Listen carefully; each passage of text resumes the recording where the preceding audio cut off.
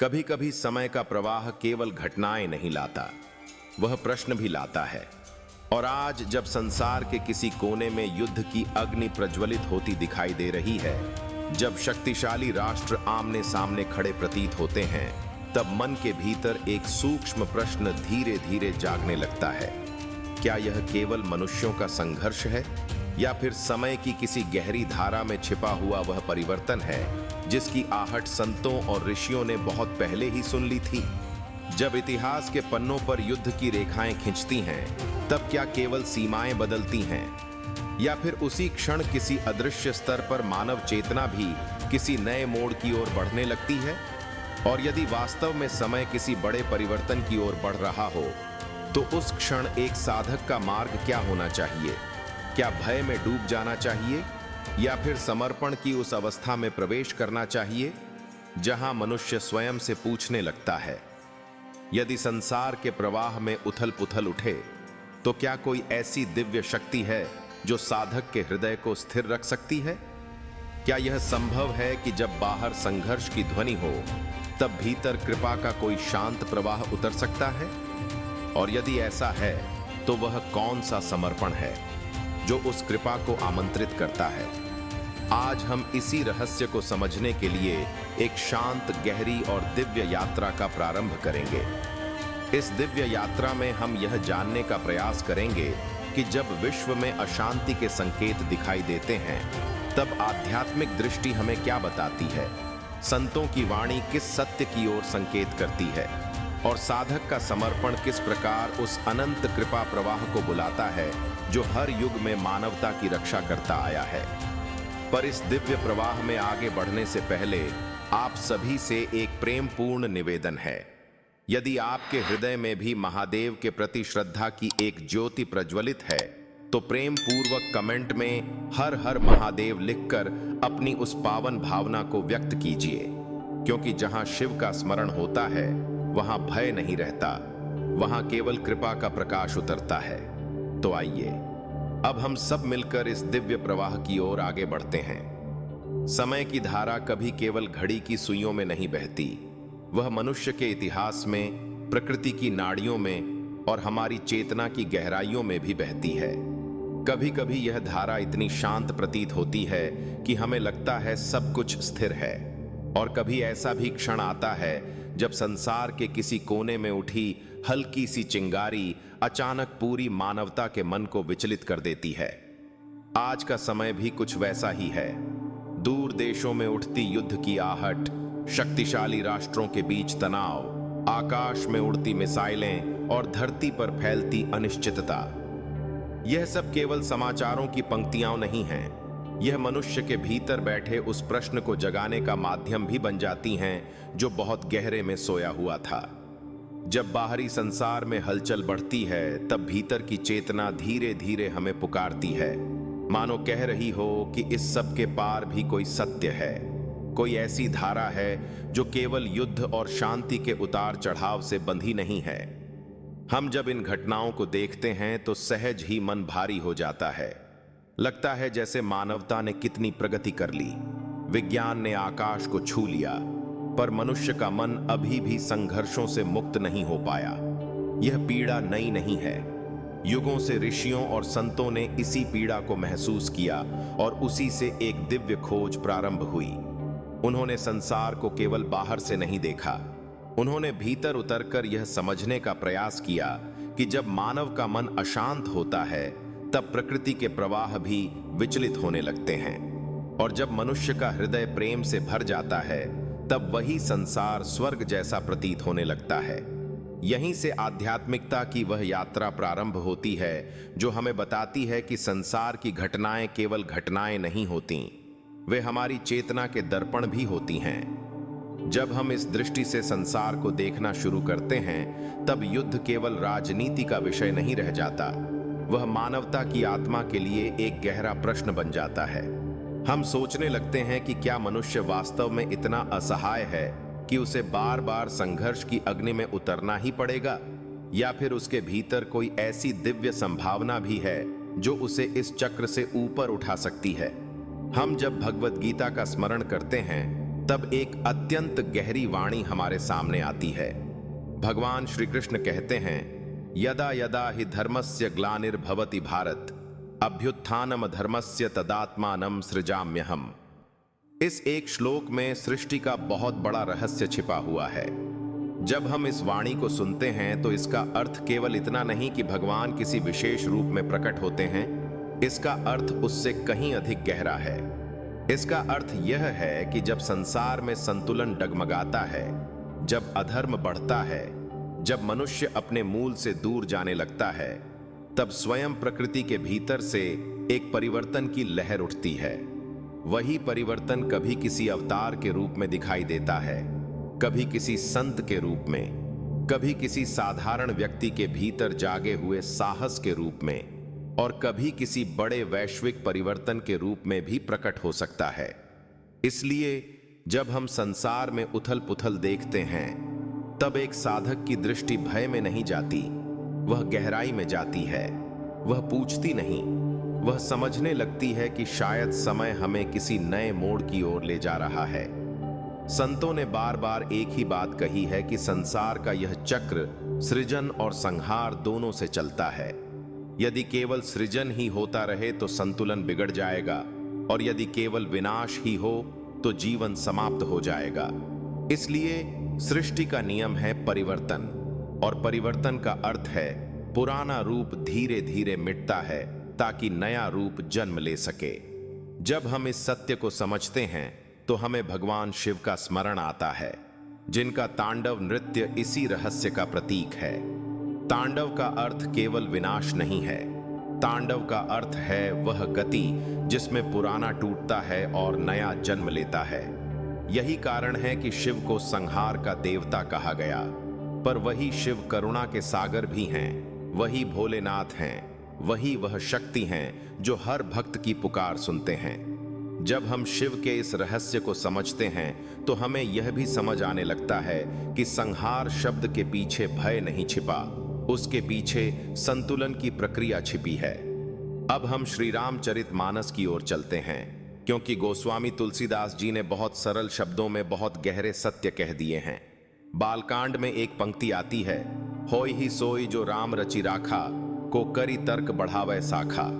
यह पंक्ति सुनने में बहुत सरल लगती है, पर यदि हम इसके भीतर उतरें तो एक साधक के जीवन का पूरा दर्शन इसमें समाया हुआ है। तुलसीदास जी कह रहे हैं कि जो कुछ राम ने रच रखा है वही होगा। मनुष्य कितना भी तर्क करे, कितना भी भय करे, कितना भी कल्पना करे, अंततः वही घटित होगा जो उस परम चेतना की योजना में है। इसका अर्थ यह नहीं कि मनुष्य कुछ करे ही नहीं, इसका अर्थ यह है कि मनुष्य अपना कर्तव्य करते हुए भी भीतर से उस परम योजना पर विश्वास रखे। जब यह विश्वास जागता है तब मन में एक अद्भुत शांति उतरती है, क्योंकि तब हम समझने लगते हैं कि हम अकेले नहीं हैं। इस विराट यात्रा में कोई ऐसी शक्ति है जो हर क्षण सब कुछ देख रही है। यदि हम गहराई से देखें तो पाएंगे कि हर बाहरी संघर्ष की जड़ कहीं न कहीं इसी आंतरिक संघर्ष में छिपी होती है। जब मनुष्य अपने भीतर की शांति खो देता है तब संसार की शांति भी डगमगाने लगती है, और जब मनुष्य अपने भीतर ईश्वर का स्पर्श महसूस करने लगता है तब उसके व्यवहार में भी परिवर्तन आने लगता है। यही परिवर्तन धीरे धीरे समाज को, राष्ट्रों को और अंततः पूरे विश्व को प्रभावित करता है। आज के समय में जब हम युद्ध की खबरें सुनते हैं तब मन में पीड़ा होना स्वाभाविक है। किसी भी संवेदनशील हृदय के लिए यह कल्पना ही कठिन है कि कितने परिवार इस संघर्ष से प्रभावित होते होंगे, कितने बच्चे भय के वातावरण में जी रहे होंगे, कितनी माताएं अपने प्रियजनों के लिए प्रार्थना कर रही होंगी। यह पीड़ा हमें यह याद दिलाती है कि मानवता अभी भी उस पूर्ण करुणा तक नहीं पहुंची जहां हर मनुष्य दूसरे के दुख को अपना दुख मान सके। परंतु यही पीड़ा हमें एक और दिशा भी देती है। ये हमें भीतर की यात्रा के लिए प्रेरित करती है। जब हम गहराई से सोचते हैं तो महसूस होता है कि संसार को बदलने का सबसे स्थायी मार्ग बाहरी शक्ति नहीं बल्कि आंतरिक जागरण है। जब मनुष्य के भीतर करुणा जागती है तब वह किसी भी प्रकार के विनाश से दूर रहने की कोशिश करता है। यही कारण है कि संतों ने हमेशा साधना पर जोर दिया। उन्होंने कहा कि संसार को बदलने से पहले हमें अपने भीतर उतरना होगा। जब हम अपने भीतर के अंधकार को पहचानते हैं और उसे प्रकाश में बदलने का प्रयास करते हैं, तब धीरे धीरे एक नई चेतना जन्म लेती है। यही चेतना मानवता के लिए आशा का दीपक बनती है।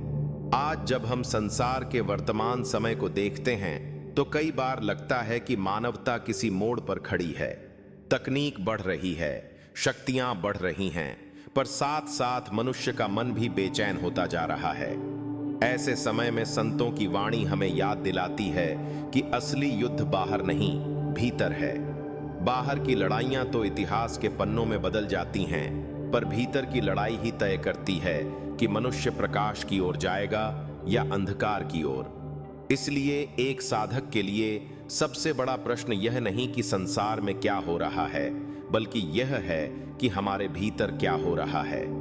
यदि भीतर भय है, क्रोध है, द्वेष है, तो संसार का कोई भी परिवर्तन हमें शांति नहीं दे पाएगा। पर यदि भीतर समर्पण है, विश्वास है, प्रेम है, तो सबसे कठिन समय भी हमारे भीतर प्रकाश जगा सकता है। और यहीं पर हम उस प्रश्न के उत्तर की ओर धीरे धीरे पहुंचने लगते हैं, जो भीतर कहीं उठता था कि यदि संसार में उथल पुथल हो, यदि समय परिवर्तन की ओर बढ़े, तब साधक का समर्पण किस कृपा को बुलाता है। संतों की वाणी हमें बताती है कि सच्चा समर्पण भय को नहीं बुलाता, वह कृपा को बुलाता है। जब मनुष्य अपने अहंकार को छोड़कर, अपने भय को छोड़कर, अपने नियंत्रण की इच्छा को छोड़कर उस परम चेतना के सामने झुकता है, तब उसके भीतर एक नई शक्ति जन्म लेती है। वही शक्ति उसे परिस्थितियों से ऊपर उठने की क्षमता देती है। वही उसे दूसरों के लिए करुणा से भर देती है। वही उसे यह अनुभव कराती है कि चाहे संसार कितना भी बदल जाए, भीतर की ज्योति बुझती नहीं। जब हम इस दृष्टि से वर्तमान समय को देखते हैं तो समझ में आता है कि हर संकट अपने साथ एक अवसर भी लाता है। यह अवसर बाहरी नहीं, आंतरिक होता है।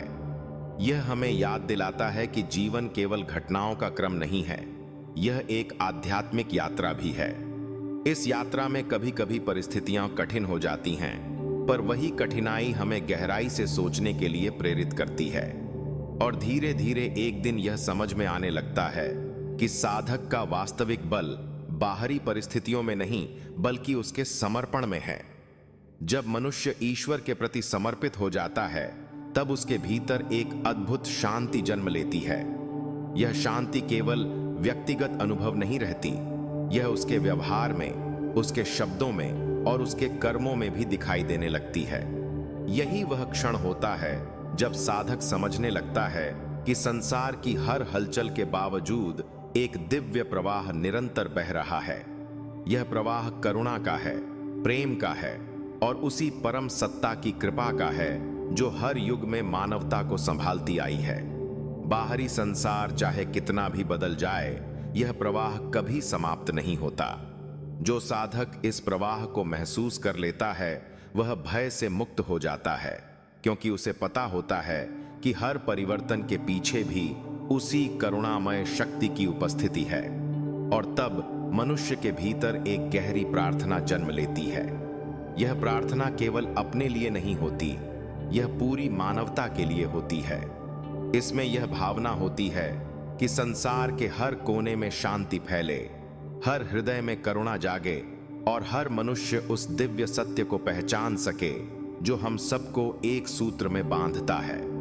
जब यह भावना जागती है, तब साधक का जीवन भी एक संदेश बन जाता है। वह जहां भी जाता है, वहां शांति का वातावरण बनाता है। उसके शब्दों में कठोरता नहीं रहती, उसके व्यवहार में करुणा झलकती है। यही करुणा धीरे धीरे संसार में परिवर्तन की शुरुआत करती है। और तब समझ में आता है कि वास्तविक विजय किसी राष्ट्र की नहीं होती, वास्तविक विजय उस चेतना की होती है जो मनुष्य को मनुष्य से जोड़ती है। यही चेतना अंततः संसार को उस दिशा में ले जाती है जहां संघर्ष की जगह सहयोग हो, भय की जगह विश्वास हो और अंधकार की जगह प्रकाश हो। यही वह गहरा उत्तर है जो आध्यात्मिकता हमें देती है। जब संसार में उथल पुथल होती है, तब साधक का समर्पण किसी भय को नहीं बुलाता। वह एक ऐसे दिव्य कृपा प्रवाह को आमंत्रित करता है जो भीतर से हमें स्थिर कर देता है। यही स्थिरता धीरे धीरे करुणा में बदलती है और यही करुणा अंततः मानवता के लिए आशा का मार्ग बनती है। और अंत में बस इतनी सी बात हृदय में उतरने लगती है कि संसार के बाहर कितनी भी हलचल क्यों न हो, यदि भीतर का दीपक जलता रहे तो अंधकार कभी स्थायी नहीं हो सकता। युद्ध, परिवर्तन और समय की परीक्षाएं आती जाती रहती हैं, पर जिस हृदय में ईश्वर का स्मरण और करुणा का भाव जाग जाता है, वहां एक ऐसी शांति उतरती है जिसे कोई भी परिस्थिति छीन नहीं सकती। यही साधना का सार है। यही संतों की वाणी का संकेत है कि हम बाहरी घटनाओं से घबराने के बजाय अपने भीतर उस दिव्य चेतना को जगाएं जो हर युग में मानवता का मार्गदर्शन करती आई है। यदि आज की यह चर्चा हृदय को स्पर्श कर पाई हो, यदि इन शब्दों में आपको कहीं आध्यात्मिक सत्य की हल्की सी झलक भी महसूस हुई हो, तो इस दिव्य संदेश को अधिक से अधिक लोगों तक पहुंचाना भी हमारी ही एक छोटी सी सेवा बन जाती है। इसलिए इस वीडियो को प्रेम पूर्वक लाइक कीजिए, अपने विचार और भावनाएं कमेंट में अवश्य लिखिए। और यदि आपको लगता है कि ऐसी आध्यात्मिक यात्राएं आगे भी सुनना अच्छा लगेगा, तो चैनल को सब्सक्राइब कर लीजिए तथा इस संदेश को अपने मित्रों और परिवार के साथ साझा कीजिए, ताकि हम सब मिलकर इस संसार में थोड़ी सी शांति, थोड़ी सी करुणा और थोड़ा सा प्रकाश बांट सकें। हर हर महादेव।